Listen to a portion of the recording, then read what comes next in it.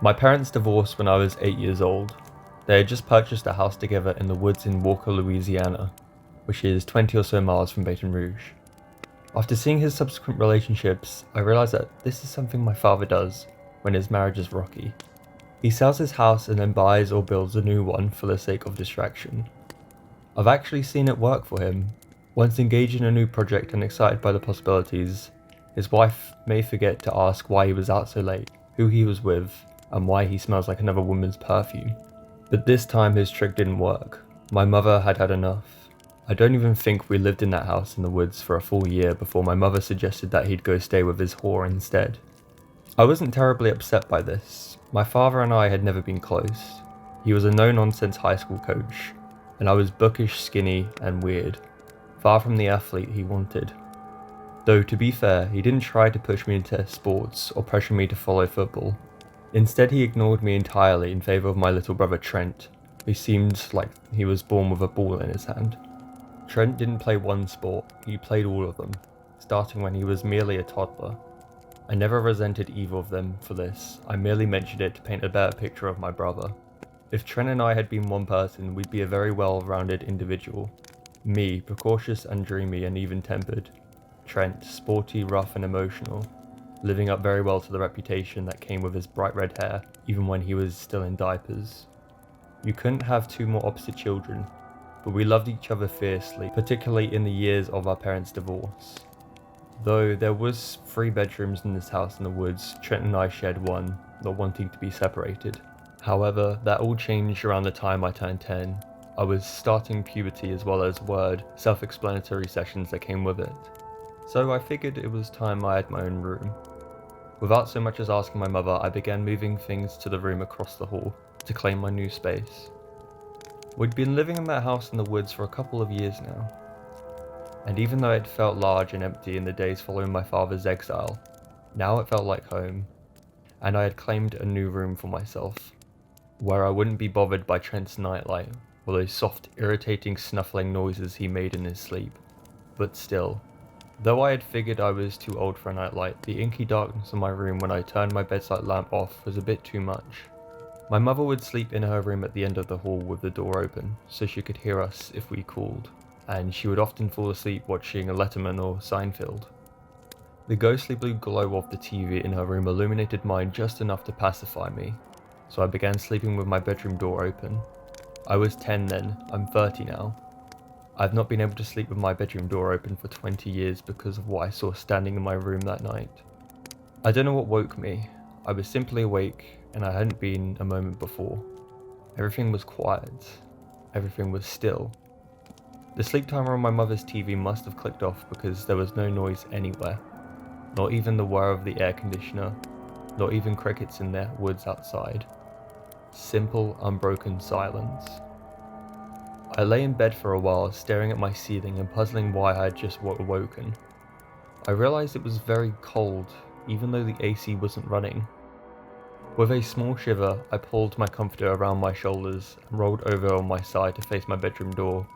And there it was. As I am reading this, a strong chill is passing through me, even 20 years later. The thought of the thing is enough to make every hair on my body stand up straight.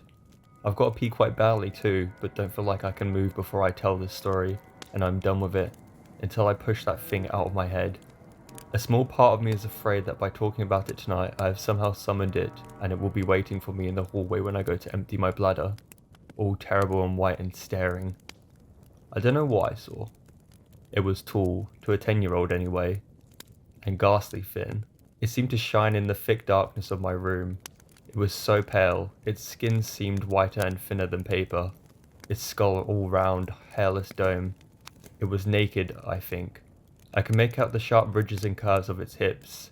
Its finger, which hung limply at the end of flat, large hands, like giant white spiders, seemed unusually long and alien to me. Whether or not it had a mouth, or even a nose, I could not say. The darkness was too deep and the thing too white to make such distinctions. The worst part was its eyes. I could see those. Or maybe it had no eyes. Maybe those round black holes in its face were empty sockets. Or maybe its brow was so heavy it hid them entirely in shadow. Whether they were there or not, I knew those eyes were looking at me, and I froze. A scream rose up in me, but I stifled it into a nearly inaudible sob. I didn't move, could not move.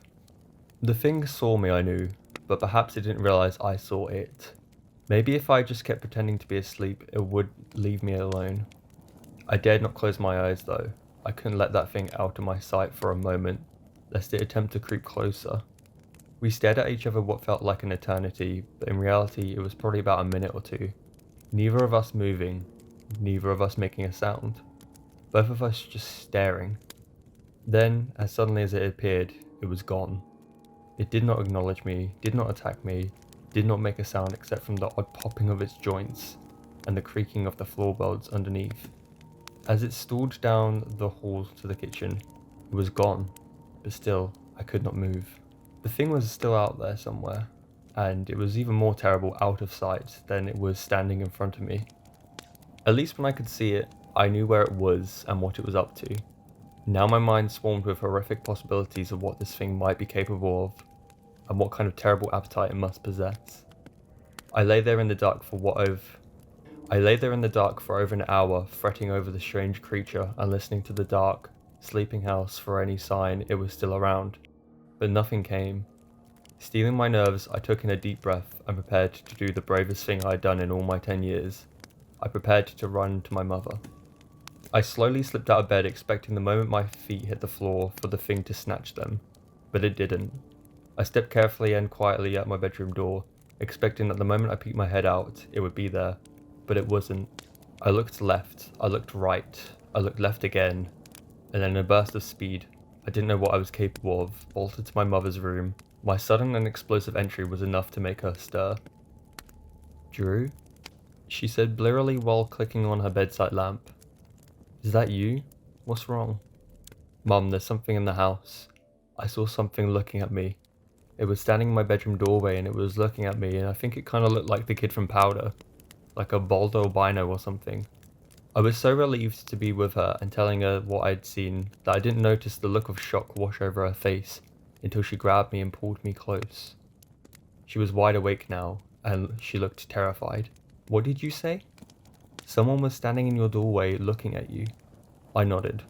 She turned and looked over her shoulder, and that's when I realized for the first time she was not alone.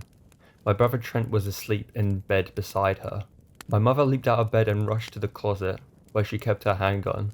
My mother hated that thing, but she insisted on having one. A single mother with only a 10 and a 6-year-old needed to protect herself. Mom, what's wrong?" I was starting to get scared again. She snatched the cordless phone off its cradle and called my grandfather, who lived about 2 miles away. "Daddy," she whispered into the receiver. "I need you to stay on the phone with me. If something happens, call the police." About an hour ago, Trent came in my room and got in bed with me, saying he couldn't sleep because someone was standing in his bedroom doorway watching him. And now Drew just came in and told me the exact same thing. I think someone is inside the house. I had never heard my mother so frightened. Maybe it's Tommy, maybe it's someone else. If it's Tommy, I'm getting a restraining order. Apparently divorce wasn't enough. "Mom, it's not Dad," I said. "It can't be, it was too thin. Dad's got a big belly." "Shh, sweetie, shh. I'm walking through the house right now. Yes, I have my gun. Drew, follow me. If anything happens, run back and lock the door, and do not open it until Granddaddy or the police get here, okay?" I nodded solemnly. My mother began to move down the hall, turning on light after light as she did so, checking every room, every closet. Within a couple of minutes, the whole house had been searched. Only one room left, the kitchen. My mother entered the room and flipped on the light, seeming to fully expect my father or some deranged killer to be standing there. But no, the kitchen was empty too. We were alone. We were safe. With a sigh of relief, my mother said goodbye to my grandfather and put down the phone on the kitchen counter. "Nobody here," she said. "You must have had a dream, that's all." "No, Mum, I know when I was dreaming. This wasn't a dream, and Trent saw it too." "Did you both see that Powder movie recently or something?" "Mom," I shouted. She jumped startled. What is it?" I pointed to the kitchen door, which led out to the back garden, and the thick, old woods beyond it stood slightly ajar. I still don't know what I saw that night. I have thought about it and discussed it with my brother and mother in recent years. I even questioned my father about it. He wasn't doing too well for a couple of years following the divorce and was doing some weird and creepy things. But no, he hadn't been there that night. And honestly, I never thought he had. Still, I had to ask because the alternatives are too frightening to consider. I don't suppose I'll ever know what that thing was. Maybe that's for the best. What I do know is I haven't slept with my bedroom door open since that night. If for any reason I forget to shut it before I climb into bed, I won't be able to sleep until I close it tight. Because now, in every dark doorway, I see that ghastly white face. I see those terrible dark eyes staring at me.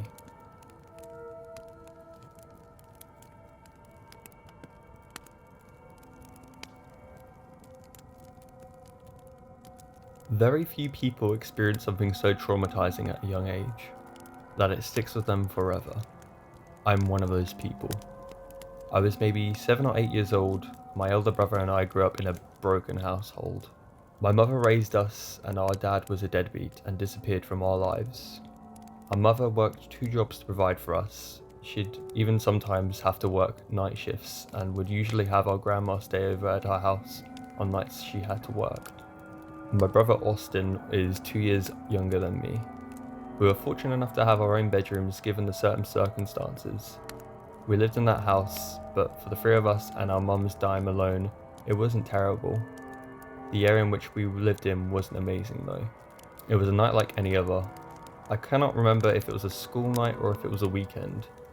I don't remember tiny details like that. But what I do remember is that I was in the living room with my grandmother. She was watching TV and I was playing with Legos on my Lego table. I was being loud and making a big mess with them because I remember my grandma kept saying, "Alex, quiet it down." Austin was already in bed. My bedtime was 9:30 p.m. Given that it was probably approaching that time, I believe it was a weekend. Otherwise my bedtime would have been a lot earlier. The layout of the house was simple. The living room, dining room and kitchen are all connected. And there was a hallway which led to the bathroom and 3 bedrooms. Our mum's bedroom was at the end of the hallway. Mine was in the middle. Our grandma would sleep in our mum's bed when she stayed over to watch us. Eventually, I had to go to sleep. My grandma would always go to sleep early too, so after saying goodnight to me, she would go to the bathroom to brush her teeth before going to bed as well. I was never one to be afraid of the dark, let alone scary things. My mum used to say that I was a very brave child, but that night I woke up in the middle of the night. Something unusual for me because I remember myself being a very heavy sleeper. I heard something in the hallway. Creaks on the floor. The wood floorboards in the house were always creaky. Anytime someone walked down the hall, you'd hear it.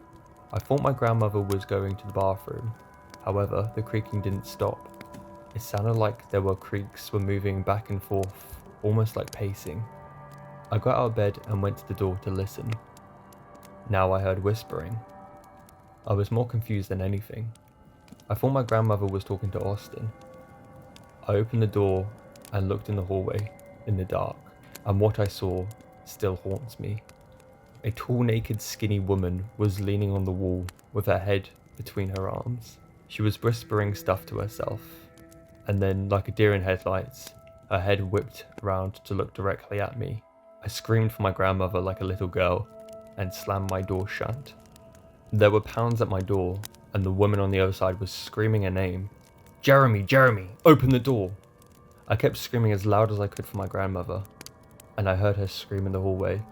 What I distinctly remember is my grandmother saying, "Get the fuck out of here."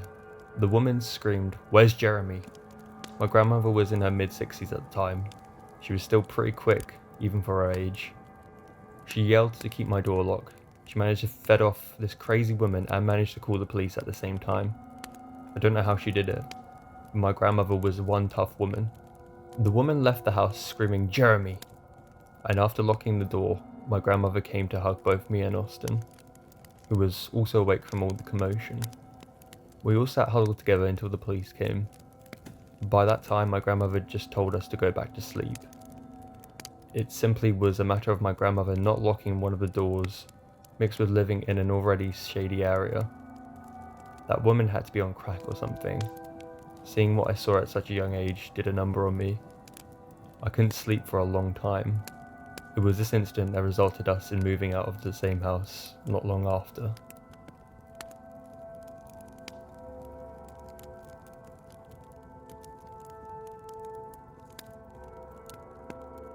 This all happened about 3 hours ago.